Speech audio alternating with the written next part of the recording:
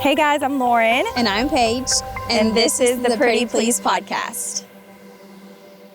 Welcome back to the Pretty Please podcast. Today we have a special guest on, Tate. What's Taters. Taterbug. We got all the nicknames. That's right. This is my not so little brother. He's actually bigger than me now, which is sad. But so yeah, we're gonna learn a little bit about the ins and outs. Yeah, I'm excited. I know. I am too. I feel like I know Tate, but I don't know Tate. Yeah. Right. Yeah. I feel like I learned about you in the podcast. Yeah. Like, I know. I had a lot of people that were like, I didn't know that about you. I'm like, really? That's me. But yeah, this was kind of a last minute thing. We put him on the spot today. I was like, hey, you want to come on? So we'll see where this takes us. Yeah. But all right, tell us a little bit about yourself. okay, my name is Tate. I am 22. In college, go to MTSU for aerospace. I am a aerospace major with a professional pilot concentration.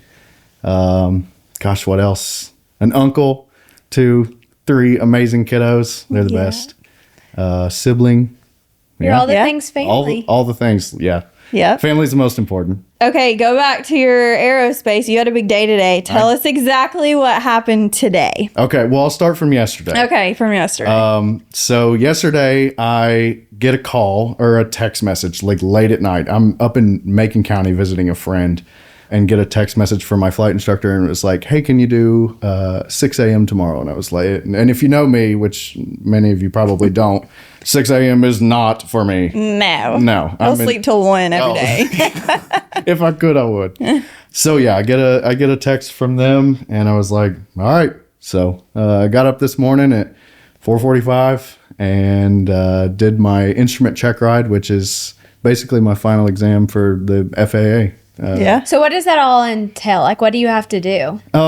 So in order to get like all of my licenses, and there's like 5 that I've got to go through. Really? Yeah. So private instrument commercial, multi-engine, and then airline transport pilot will be like the final thing. Okay. Oh, I just hit that mic. It's okay. Yeah. So private instrument commercial multi, and then ATP, which is airline transport pilot. What are you laughing at? Sorry. I don't think I've ever heard Tate laugh like that. He said, oh. Okay, sorry. I won't laugh anymore. Okay. So yeah, I was doing step 2 basically today. Okay, so second test. Yes. Yeah. I got my private license, which basically just means that like I can fly an aircraft by myself. Okay. But it has to be in good weather. Okay. And so what I was working on this past semester since January was my instrument rating, which basically allows, like, it's cloudy out today, lots of clouds, low clouds. So that allows me to fly through those because, Now, when you take this test, do they want it to be cloudy?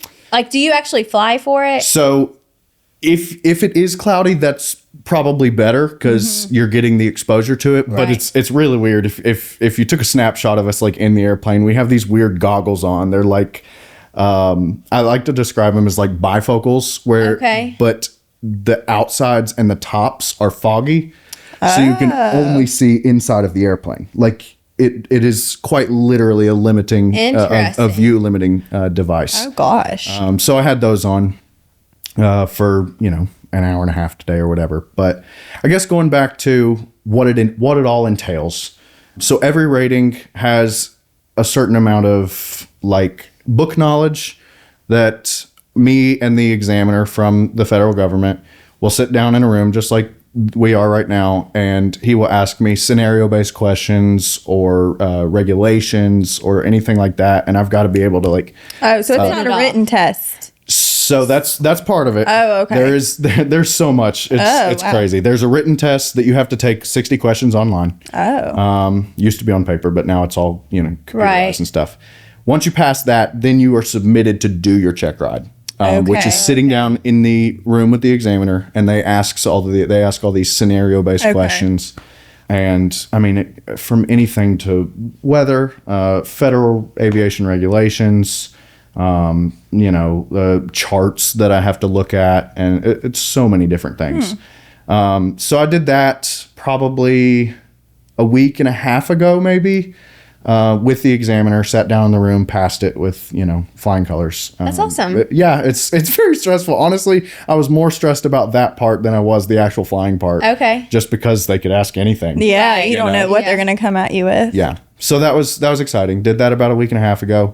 And then today, this morning, actually start the airplane, get in it, do all the pre-flight stuff that I have to do. And for instruments specifically, it's all about like different approaches. So, you can't see out of the window, out of the plane. And so you've got all this like cloud right up against the window. So you've got to be able to use the instruments only instead of like being able to see the ground and reference it that way. It's like driving a car without, Was that scary? I was going to say. It is. It is. There's what is called simulated instrument, which is wearing those goggles. Yeah. And then there's actual instrument. And I only have like a really tiny amount of time of actual instrument, which it was scary. The first time I went through a cloud, I was like, oh, I Yeah. can't see anything. this is so strange. Yeah. Yeah. I mean, like I said, it's like driving a car down the road and you're, Like in the fog. in the Can't see fog anything. or the heavy rain and your windshield is completely covered. Oh, gosh. And all you got is your little speedometer or, and of course we have altitude and all this other Right. kinds of stuff, GPS. But, so that was today. I went down, took off out of Murfreesboro, which is where I'm based, and flew down to Shelbyville. And we did what's called a VOR approach, which is like a ground-based navigation station. And then did a GPS approach back into Murfreesboro. Like it was fairly low key. That's awesome. Yeah, that is So, awesome. and the weather was beautiful. So, Good for Oh, you. yeah. I was- Okay, that's exciting. like I said, I had to be there at like 5:45, so the sun was just coming up, and I bet it was kind of beautiful. cloudy this morning, so the rays of sun are just reflecting. Reflection yeah. off. Yeah. It was really cool. But I've been like I said, I've been working on it since January. So it was how a much big old longer weight, off lift my it off? chest. Yeah. How much longer do you have? So with me, with the weather being what it has been this past It's spring, been horrible. Oh my gosh. So rainy. So rainy. In January, February was nothing but snow. Yeah. It felt like. So with the weather, with what it has been, I was supposed to be done about mid-May. Okay. And then that would have allowed me to continue on and do another rating this summer. But that rating, which would be my commercial rating, or commercial license rather, there's a difference, but will be pushed to fall. And then I'll do multi. So I'll add an engine in the spring. And then in the summer, next summer, I'll finish up like my capstone courses. That's when I'll do like my flight instructor license to build hours to finally get that ATP. Gotcha. So hopefully my goal, if everything and the weather and scheduling and everything Right. cooperates, is by next August. Okay. I'll be completely done. And you're still not, it's like after graduation, I'm not, going immediately to the airlines. right. I'll graduate with about 300-ish hours and I've got to have 1,000. Oh, wow. So that's why I'll be a flight instructor is, instead of sitting in this seat being, the student, I'll move over to this seat where my instructor is now and actually be the one teaching. And that counts as hours. So I'm getting paid to do that Okay. by the student, as well as we're both Earning. building hours. Oh, okay. Yeah. Is that what a lot of people do? Yeah, that's what I would say. I mean, I don't want to give a percentage or anything like that, but most people do that that. route. And the airlines like to see that too. They like to see that you have flight instructing because, you're teaching somebody Right. else the stuff that you have to know. Yeah, so you for really sure. have to know it. Yeah. Right. So yeah, that's that. And honestly, like, and this kind of ties into theater and whatnot, but like I have a passion for education. Yeah. I've always I was a substitute teacher at one point. yeah? for- Really? Forgot about that. for my high school, yeah, like Stop it. my second year of college, I was like, I need some money, so I'd go like do part-time substituting. It was really weird because like I would be like, I went to school with you, Yeah. but like most of my background is like theater education, Okay. teaching kindergarten through seniors and all this kind of stuff. So I really and I've had this is my fourth major now. Yeah. Really? He changed his mind quite a bit. Yeah. So I started in pre-med school. Okay. And we can talk about that later and stuff. But It's a lot. My cousin he has one more year of residency, and he's like, bless finally, him. I'm on my own. And he's what, 45 years old? No, but it takes I'm like, Reed, you're still not done, but it's like he's gone through that same path. I'm like, that takes forever. It does. Yeah. But I mean, it makes sense. But you've got to be committed to it. You do. And I mean, shoot. Throughout high school, I thought, well, I think it was the 8th grade when I was like, I'm going to be a doctor. And what do you know in 8th grade? What do you know in high school? Nothing. Yeah. At Really, this point, yeah. I'm like, I'm 22 now, and I'm like, I Yeah. don't know anything. Exactly. Well, even for like people out of college, including They still don't myself, know. you still don't know until you get out there. Right. You don't. Yeah. Yeah. So, kind of going back to the education thing, like being a flight instructor will be fun, I think, to me. Yeah. Yeah, I think you'll really enjoy that. Yeah, and For and sure. getting to like see throughout college and stuff, these younger kids like learning in the way that they learn. I honestly probably should have added a education minor, but that would put me at Mom might kill you. Yeah, I was gonna say, I don't anything else. I'm already a double minor in musical theater because I love it and it's fun. And then math, which is because I was a math major at Belmont. Okay. On a pre-med track. So that was Okay. I feel like I kind of had two completely different college Yeah. lives Yeah. at this point. But Hey, you live and you learn. you live and you learn, and you know what? I wouldn't take any of it back because it's all, it's all part of it. Yeah. And I mean, shoot, I'm still the stuff that I was learning, even though I'm not like actively doing chemistry and biology, all this kind of stuff, like it's still sciences, and that's what I'm still in, and that's what I'm passionate about. So, Yeah. yeah. I feel like too, though, like you're very mature for your age, especially as a boy. Yeah. Yeah. Well, it's because of Lauren and He was Lindsay and raised Mom. by Like, 3 women. Yeah, I mean, Bless you. for real. No, it's the biggest blessing. I mean, Mom, I swear we have the best mom in the entire world. We do. She's She's done freaking awesome. Literally everything for us and would do anything for us still. Yep. But I mean, being, when you going through your preteen and teenage years with adult siblings forces you to. And then they start having kids, and it's like, what were we saying the other day? We were like, good. One, it's great birth control. Yes. But two, I mean, Mom was like, you're gonna gonna be be a excellent great dad dad. skills. Yeah. I can already tell, like Yeah. you are. Like, No, he's the you're best not even little like, hey, uncle. Lauren. You're like, where's my boy? Like, Yeah. where's Lee? Oh yeah, for Yeah. sure. And- Mom called me this morning. She was like, "Yeah, Tate was mad that Liam wasn't here today." I was. He was like, "Dang, I brought my swimsuit. I was ready to swim with them." That's hilarious. I know, I was. Which I needed the nap that I got after being up at 5 a.m. this I mean, morning, but Lindsay's what? How 12 years older than you? 13. 13 years, and I'm 13 and 8. Yeah. 8. Yeah. So I mean, there's a There's a good gap. big gap between us. Shoot, I mean, like I said, by the time that I was getting into elementary school, Yeah. y'all were in college. Yeah. Yeah. Like, it's, He was like our little baby doll. Yeah. We just like Y'all probably dressed him up too. probably. probably this one especially. Probably so. Hey, this shirt's cute. Can you please try it on for me? Oh my gosh, it's too That's funny. Okay, tell us a little bit about, you kind of touched on your theater days. So tell us a little bit about how you got started in that and what that looked like. I mean, I started that when I was You were young. 11. I What think made you were interested in it? honestly, I had no interest, and I was just like, nah, I'm bored. I mean, like every kid, I started soccer when I was 3. Right. Because Yeah. that's just what you do. Yeah. And I stuck with it for like close to 10 years. I Did mean, you really? Yeah. I mean, I continued to play, I think up until 7th grade, which you're like 12. So 9 years. And I liked it. It was fine. Yeah. Sometimes I'd pick the grass and the flowers. I'd be more interested in that. But yeah, I mean, I think so. 6th grade, I went to Ellis, and there was band, choir, and theater that we all You had to take one. something. Yeah. I started off in band, and I played the trumpet. Imagine that. Oh my gosh, I remember this. That thing was so annoying. loud. He played that all through the house. I think the only Guess reason. what Liam's getting for his next present from Aunt Tate? That's right. Kill you. Oh my gosh, I completely forgot about that. That is too funny.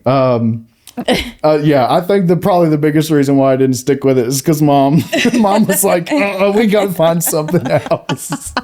So loud. And I wasn't very good at it anyway. So glad we did that for about 6 months. Was like, nope. So then after that, I guess the next semester or whatever it was in middle school, I joined the choir because that's the next thing that you had to do or whatever. And I really liked that. Like that was really the first sing. I was time. gonna say you can sing. Though. Yeah. Yeah. Well, He can sing. we ain't doing the whole right, Holly. Holly. No. We're not doing the whole Holly situation. We'll have to get Austin down here with his guitar if we're doing that. But Oh gosh. and he ain't gonna do He's that. not coming down to do that. He ain't coming down. But anyway, I really did enjoy that and made a lot of friends that way through choir, and I stuck with it. And even like in high school, I did like 1 year I did like the real traditional chamber choir. But what I really liked was the a cappella choir in high school, where it was just 12 of us, no instruments, no piano, nothing. It was just we all It was pretty cool. Honestly, I probably miss doing that, but. That kind of segues. I was like, okay, I'm kind of good at this. I like doing it. These people are kind of cool. And so they were like, you should audition for the musical in the spring. And it was like a little 1 hour junior musical, Aladdin. Yes, I remember it. I have pictures. In the Ellis cafeteria is where we did it.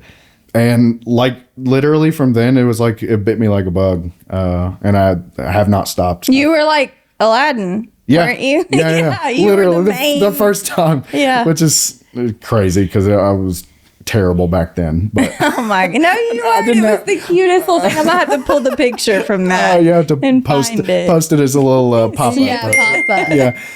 So yeah, that was fun. And then HPAC. I had some friends that were in that show that was like, we have a community theater in town. You should do the Wizard of Oz was the next one. And I was the little munchkin boy. I was probably too fat to at the time.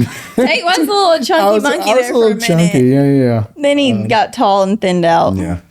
But I was a fat little Lollipop Guild munchkin in 7th grade. That's so funny. But yeah, ever since then, I did theater in high school, at school, and at HPAC, and then that's kind of where I started, like at church, doing my own shows, and then there was like 3 different groups, like basically elementary, middle, and high school. And I started helping out with the elementary and middle schoolers just because, like, I loved it. Like I loved, and I still love hanging around kids, like y'all's kids or yours and Lindsay's kids. Yeah. And so, just ever since then, I've, kind of done that a little bit more professionally, got paid for some of it, and I've learned so much. It's crazy. But yeah, I'm still doing it. You're still doing it. I'm still doing So it. do you have one coming up? I do. So I've actually got an audition, which I guess by the time this comes out, I'll probably know and be in it and all that kind of stuff. But for The Little Mermaid, but the full like 2.5 hour production. So you're gonna be wow. Ariel? Yeah, with the seashells. Oh Lord, have mercy. I don't know. My friend is the choreographer, so I'll literally take anything at this point. But I do it because I'm bored. Yeah, something to do. It is. It's something to do. It's an While you're in outlet for college. it's hard work, but it's like it's fun to do outside of really doing the grind of school because school is a bear. Yeah. It's I think my favorite one that you ever did was Beauty and the Beast. Yeah. In high school, he was the Beast. Oh, really? It was awesome. Yeah, we had a pretty cool time with that one. It was really cool. What would you say has been your toughest one, like for you? Probably what I did last year, which was Quasimodo and the Hunchback of Notre Dame, like that was a good one. the Disney movie. just because the vocals are so hard. He was Quasimodo. Yeah. Have you seen that? I had never seen it either until I went to go see it. And I was like, I have no clue what this is about to be about, but it was really good. Yeah, and that was with only college students up in Hendersonville. Okay. So it was a little bit, we call it like, amateur and not like community theater. It was like kind of not professional, but pre-professional. Yeah. Because it's all something that we are passionate about and have gotten training and gotten good at. But yeah, the vocals for that one, not only were the vocals hard, but like it's such a physically demanding because I'm deformed. I'm literally hunched over this entire show and I have a voice deformity and there's just so much to think about. It was very difficult, but honestly very rewarding. Like it was impressive. It taught me a lot. I mean, it made me get in shape, literally. Like I couldn't just lay in bed all day and then like I would have to really warm up for it vocally and do physical exercises and stretch. I mean, God, I can remember coming home like the first tech rehearsal or something when you're really putting it all together and we do the actual show for the first time without lights and costumes and whatnot. And I'm bent down and I'm literally like exercise, basically just, doing squats for 2.5 hours. Oh gosh, I wouldn't be able to walk. I couldn't. The next day in rehearsal, I was like, Kaylin, somebody else is going to have to do this tonight. Like, I can't do it. I literally had to get the like Theragun and was like beating the crap out of my legs because it was very hard, but it was very fun. Would you ever want to do this kind of stuff professionally? People ask me that all the time. If the right opportunity came about, maybe. But it's like, I mean, it's no different than any other industry. You have to work at it and you have to grind at it. Like it's not only about how good you are, right, and what you know, but also who you know. Like, and that's goes for any industry. I mean, I've got friends right now who are in North Carolina doing it professionally, and they're working with like Broadway actors, and like the show that they're doing is really good. Don't get me wrong; it's not super popular. Not a ton of people have heard about it, but this director was on Broadway, and that's the most important part of and so. Really, I've got to get to like that level to ever really get something professional out of it and really start making money at it. It's like, you got to be at the right place at the right time. Yeah. And meeting the right people. It's if you want to get famous at it, which, good luck. Yeah. Because that's what everybody's It's trying. like singing on Broadway. Exactly. That's what everybody's trying to do. Yeah. Exactly. You got to be in the right place at the right time. Yeah. So, and then I've got one coming up at school in November, which I'm already cast in, and that'll be Pirates of Penzance, which is fairly old. I think it was written like mid 1800s. Oh, wow. And so that one is like less musical theater, which is what I'm used to, like more modern stuff that's been written in the past 50 years is typically where I lie. But this one is like more like an opera, like and when I say opera, it's like you think of, the really tall classical sound. It's not necessarily going to be that, but it does require that kind of training to do it. So I have a feeling that one will it's going to be tough. Yeah, it's going to be tough. And that one's at MTSU. So probably be my last show, like probably my last college show, just because I'll be doing commercial at the same time as it. It'll be a lot. Yeah, it'll be a lot. It'll be kicking my butt, definitely. Yeah.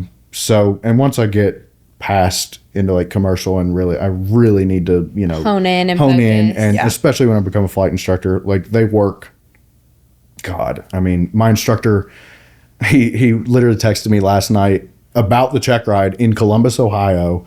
Oh, wow. At like 11 something. He's like, I'm still in Columbus. He didn't get back to the airport until like 12:30 this morning. Oh gosh. And then had to be up at the airport for me at 5:30. Wow. There. So did he not know like this times, like how do they know that when time slots are available? The DPEs, which I should know what that stands for, but I don't. It's something examiner. They're so booked out. Like there's wait lists miles long with all of our names on it. And like he was in North Carolina and in Massachusetts. Like they go all over the place. Okay. So will you have to do that if you're no. That's very specialized too. He goes to school for like 5 years or something like that just to do that. Okay. And he was without giving much away, it doesn't matter because I guess his name isn't mentioned, but like he was a previous American Airlines captain. Oh, wow. And I guess this is like after we're forced to retire at 65 because you don't want an old geezer pilot. Really? An 80-year-old pilot. I heard that. Yeah. I heard that happened a lot after COVID too. Like once COVID hit and they didn't need as many pilots at that time because people essentially weren't flying as much. They were like, okay, you're almost at that age or you're at the age, you're gone, you're gone, you're gone, you're gone. Which is so crazy because like the industry it's like peaks and valleys all the time. That's what I've heard a lot about too. Because like something like COVID happens where it's like all these pilots retire, they're done, they're like, I'm out of here. And so you get a huge pool of CFIs that are trying to get into the airlines that get in immediately because there's the massive group that just retired. Okay, but now you're stuck again because all these people are still trying to get in, but nobody's retiring. And really the problem, you always hear there's a pilot shortage, there's a pilot shortage. And there is, don't get me wrong, but it's because there's not enough aircraft to fly. Like these big companies are not making aircraft fast enough for the demand that people need to fly. You get on a flight now, it's packed to the brim. Yeah. Every seat is filled. Time. 4 years ago after COVID, there wasn't nobody. There wasn't anybody. Nobody. So it really, and that's being a pilot, there is like a lot of job security because you got to have a person. You do. You got to have two people. And they're trying to do away with that, which they used to have three. There used to be a captain, first officer, and a flight engineer who was literally just sitting here looking at the instruments while the two pilots were flying it by hand or whatever. But they went away with the flight engineer because that everything scares me if they go down to one. Because what if something happened? Yeah, exactly. What if, God forbid, they go into heart attack or cardiac arrest or something like that? Like, and excuse me. So you're telling me this entire plane's going down because there's not a second pilot? yeah. I don't think so. And they're talking with the new AI and all that kind of stuff. They're talking about being able to fly without put one captain in the left seat and having somebody in a box probably about the size of this room on the other joystick on the ground. No. Exactly. Because what if something goes wrong with that? Yeah, no. Oh gosh. Yeah. That's scary. Don't get me wrong. I think it's a long time before we get to that point. Maybe with the rate at which AI is developing, who knows? But there is a lot of job security because you do have to have the human brain behind it. Because if something goes wrong, the computer's not necessarily going to be able to fix it to the best of its ability. It'll try. Yeah. And it might be able to get it on the ground, but who knows if it's, at the right speed, at the right, all this, you might be able to get it on the ground, but it falls apart when it does. Yeah. Wow. What is your dream airline to? Southwest. I probably shouldn't say that on here, but Southwest. Why?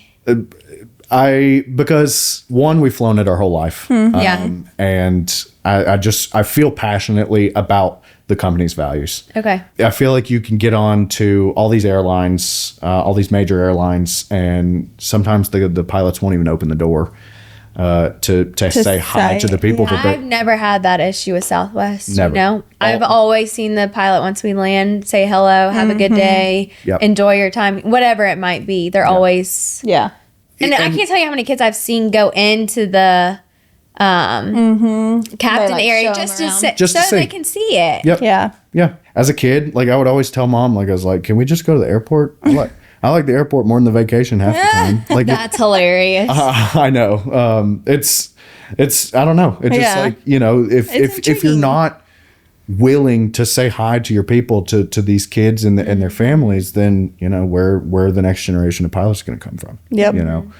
So definitely love Southwest for that reason. And I mean, not only the pilots, but the crews, the flight attendants are there. I mean, me and Mom have sat and we've paid the extra, 30 or $45 or whatever it is to get the A1 through 15.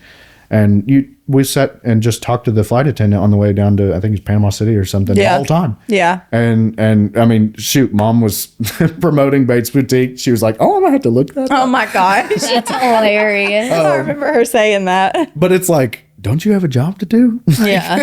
You need But they're doing it, they you are. know. They are. It's customer service. Hospitality is way more about, Southwest is way more about the hospitality than they are about giving you the water or the coffee in the shortest Trying to amount make of it time sell possible. or whatever. Exactly. Yeah. Yeah. So that's probably why I'd choose Southwest. And I have a few connections already with Southwest. awesome. Yeah. So the check ride examiner or scheduler gave me a guy's, I guess, he's a DPE in Murfreesboro, but he used to work with Southwest. And then I have a friend whose neighbor is a flight attendant, and they got me hooked up with the assistant chief pilot in Nashville. That's awesome. awesome. Even if you just call and sit down and have do networking. Yeah.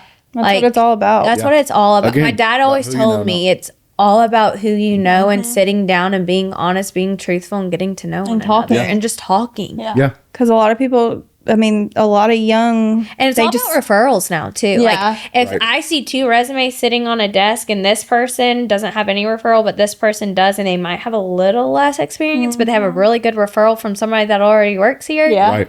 90% of the time we want You're going this to go person. with Yeah. person B. Yeah. Yeah. That is very true. Yeah, most definitely. I mean, I experience it firsthand every single day. Like, I mean, my flight instructors and our teachers are all of our teachers we have one of the biggest and best programs at MTSU, which I really I got lucky on. 'Cause Yeah. I chose MTSU before I chose aerospace. Really? Oh, really? Yeah. So I was at Belmont and had the stomach health issues and kind of all at the same time. I was like, I don't know if I want to do this medical thing, and took a gap semester off. And during that gap semester, my friends were like, come to MTSU. Like, it's not far. Yeah, it's not. It's been great. I mean, being an hour away, I He's feel like back and forth every day.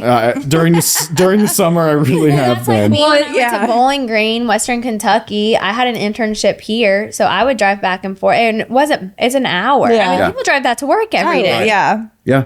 It's not bad. It's and not. and Mama asked me the other day, she was like, have you gotten to enjoy the commute? Like, do you? And I was like, honestly, yeah. Like, Yeah. I listen to music or this podcast. Yeah. I'll throw one up. They're an hour long. It takes Yeah. just about that. About that. So it just gives me some time to myself, because I Yeah. feel like I'm constant when I'm either here or there. I'm constantly It's Doing nonstop. with something. people doing something. Yeah. And don't get me wrong, I would consider myself an extrovert, and I definitely do thrive off of that kind of thing.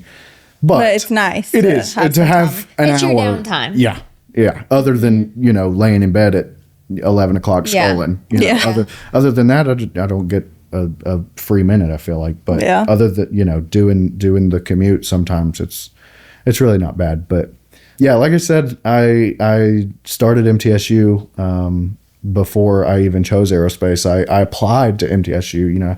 You have to select a major as a theater education major. Oh, that's Really? right. Yeah, because during that gap semester, I was like, what am I passionate about? What do I like to do? And my ex, her uncle is a captain for American. And so she was like, go talk to Ben, is his name. She was like, talk to him. Just see, you've taken interest to this before. Go see what it's about. Yeah. And he recommended me go down to the Gallatin airport, and we paid this instructor like $100. He took me up for, I don't know, an hour. And it was so weird. It was literally like the first time I had ever been in a small airplane. They're weird. It is. Oh, If you you've never telling been me? in one, they're weird. You feel, you're telling me. Says the one who puked in a Oh, no. oh, no. I don't do well in airplanes. Nasty. We don't need to get into all that. I'll start smelling that Reuben again. Austin should have warned me so that I didn't eat a Reuben beforehand. Exactly. But yeah, God. So gross. Yeah. So, I mean, the instructor that was sitting next to me, the first time I'm ever in a small aircraft, He said, okay, watch this number, this speedometer, basically. We call it airspeed indicator. He said, when it gets to this certain number, go ahead and pull back on this handle, this yoke. And I was like, me? This is wait a minute. I just hopped on. I'm here for you to do this, not me. And when I did, it was easy. You knew. This is it. Bit you like a bug. And he was like, you're doing pretty darn good at it. Huh. So What's the scariest part about flying? the emergencies. I mean, anything can happen. Yeah. It can. So my uncle actually used to have a little 6-seater plane. Really? He has this small aircraft license. Okay. He got rid of it, but him and my dad were up in the air, and there was severe weather, and there was a tornado coming. Dad said that they could see it coming right at him. So as they start going down, the wheels at the bottom wouldn't come out. Well, I didn't realize in small aircrafts there's an area like a handle you can pump the wheels down. So my uncle was like, Mike, you got to start pumping. You got to start pumping. So he had to pump the wheels down, and Dad said it was probably the scariest thing he's ever been through when it comes to that. So he's always told people that if you ever have somebody in a plane, always show them where that's at in case something were to happen. Yeah. You just never know. Yep.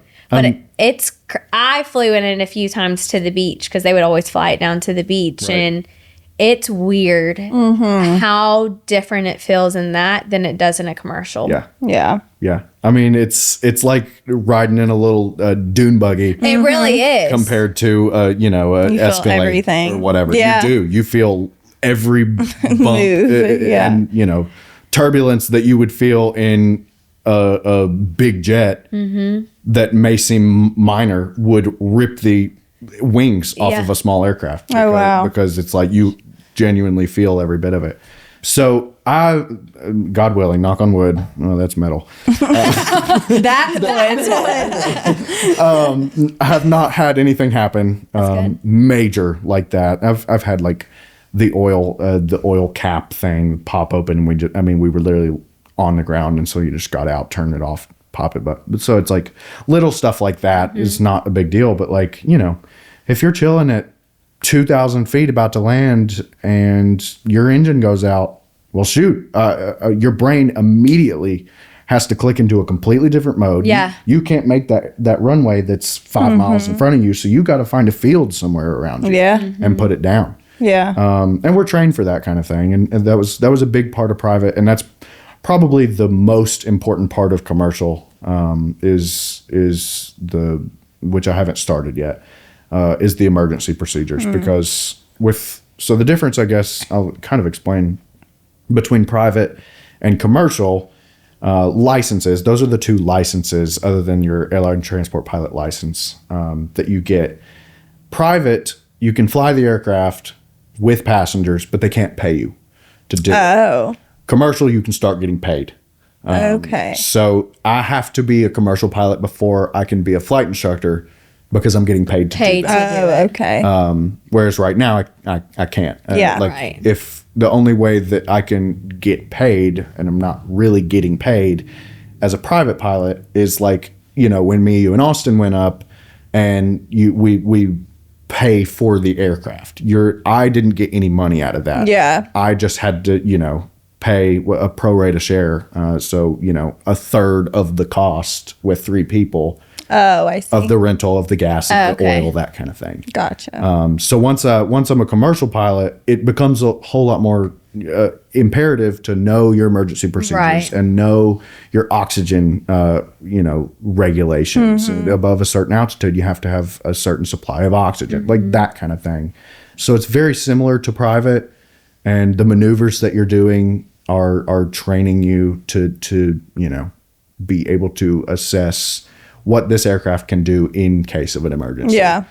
So that's what you're doing next. That'll be this fall. Gotcha. That's what I'll be working on this fall. And it'll like I said, it'll be a grind with everything else. But my course load right now has been like every semester is like 18, 19 credit hours. Oh, wow. This next That's a lot lot. just in its own. Usually Yes, it it's is. 15. yeah. Yeah. This next semester, I think I'm like 14. Oh, well, that's That's So, good. Yeah. With both the MTSU show and this it'll be hopefully a whole lot easier. Yeah. To, you know. A little Gosh, bit that's less a lot. stressful. Yeah, that's a That lot is. of course hours. Yeah. Yeah. That is a lot. But I mean, like I said, I was pre-med for a year and a half. So, you know, I've got a year and a half of school basically to make up because Right. none of that stuff transfers Right. other than gen eds and Right. that kind of thing, which Which you gotta have. and I got most of them done. The only I hate English. I hate reading. I hate Same. writing. I hate Me too. I hate speaking. I don't hate speaking. It's weird to say on here. Like this is completely like different. Yeah. presenting. Yeah. You don't mind like just talking to somebody. Which is You so don't funny like because standing up. I'll get up in front of 700 people on a stage And perform. and perform, but that's not me. Yeah. Like, Yeah. I'm a different character. I'm a Yeah. different person. Yeah. I would, but you know, put me on a podium and with a speech in front of me, I'm like, Yeah. like Same. I No, don't. thank you. I don't like in the small talk type stuff. I'm just like I don't you know, Yeah. love that kind of thing. Yeah. That's Your not. thing. So I've put the Englishes, the speech classes, all that kind of stuff off, and I'm biting myself for it. Yeah. But you know, it is what it is. I've got like 2 more English classes to take, and then I'm done. So I'll be taking one of them in the spring and one of them in the fall. So, There you go. Well, good for you. yeah, You'll but be done with it. Don't use Chat GPT for those papers. They'll catch you. no, I definitely don't have a premium subscription or nothing. Oh my God. That's like when we were in college. What was it? Quizlet or something? Something. Oh, yeah. There was, yeah. The answers get I went the posted on. longest time without it, and then last semester, because I graduated a semester early, I said, screw this. And I bought that subscription. I think my mom and dad are just now finding out that I bought that subscription. But Hey, I mean, It's funny. I don't if I need to, you know, pass a 2 credit hour English class and I use a little bit of help for it. Yeah. whatever. It is what it is. Whatever. I know how to read. I don't I really don't need to be taking this Liam, class. what's this word? Yeah. Pretty?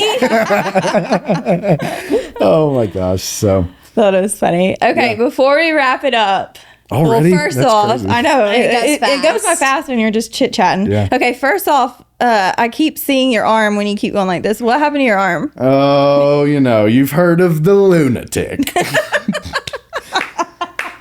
Hey. It actually looks a lot It better. does look better. A whole lot better. And my back's not all bruised up and whatnot.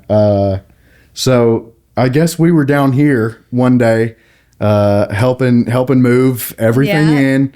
And Austin was like, hey, you want to go shoot guns? And so, you know, we went to the house and, you know, shot some guns and put the target down the hill. And we're done. We had a good time. I'm walking down. Austin's like, hey, go get that target and bring it back up here. I was like, okay. Lauren's standing at the top of the driveway and she says, uh-oh, here she comes. About that time, I turn around. My legs went from this to this, straight down on my back in that gravel. She was booking it. The fastest, and this dog runs fast. It was the fastest I've ever seen this dog. She was at the top of the hill to underneath, in between my legs, in half a second. It was. Oh, I'm so mad we didn't get it on video. You know what? Too bad the camera. I mean, all me and Austin could do was laugh, but I was like, oh my God, are you okay? But it was so funny. God, I laid there for. It felt like 3 hours. Luna. God, I I would have killed her. I know you would have. She would not be a part of the Dunneback household anymore if that were me. But I laid there and I was like, oh my God, is my back broke? I got up and I was like, okay, I can still move. I think I'm good. And I looked down and my arm is covered in blood. gosh. My back was about the color of this microphone. Oh yeah, get the antibiotic cream or whatever. that's it was. hilarious. I laughed for a week. Every time I thought of it, I would just bust out laughing. It was, You did. Oh, I remember the next day she came to work and she was busting out laughing. I said, "Can you get the story out, please?" I think I was. You were telling it on TikTok that Yeah, next she I day. think I was. Oh my It was gosh. so bad. Hey, now we can laugh. Now we can laugh. We laughed about it then, but not for 30 seconds or so when we thought maybe we were going to Hendersonville. I know. I was like, oh my God, please no. Your poor mom's been there more in the No last kidding. Right. 2 months. Y'all are than- hot men. Mom and Steve and Mama. Good Lord, have mercy. Oh my goodness. Well, all right. Well, thank you so much for coming on and being a guest on the podcast Of course. today. I learned so much. That was fun. It was good. It I was can't really believe how good. fast it went I by. know it does. It goes by so fast. crazy. But well, thank you guys so much for watching today's episode. If y'all have any questions for future pilot Tate over here, just drop them below in the comments. And remember, Be Always- kind to one another. There you go. Hey.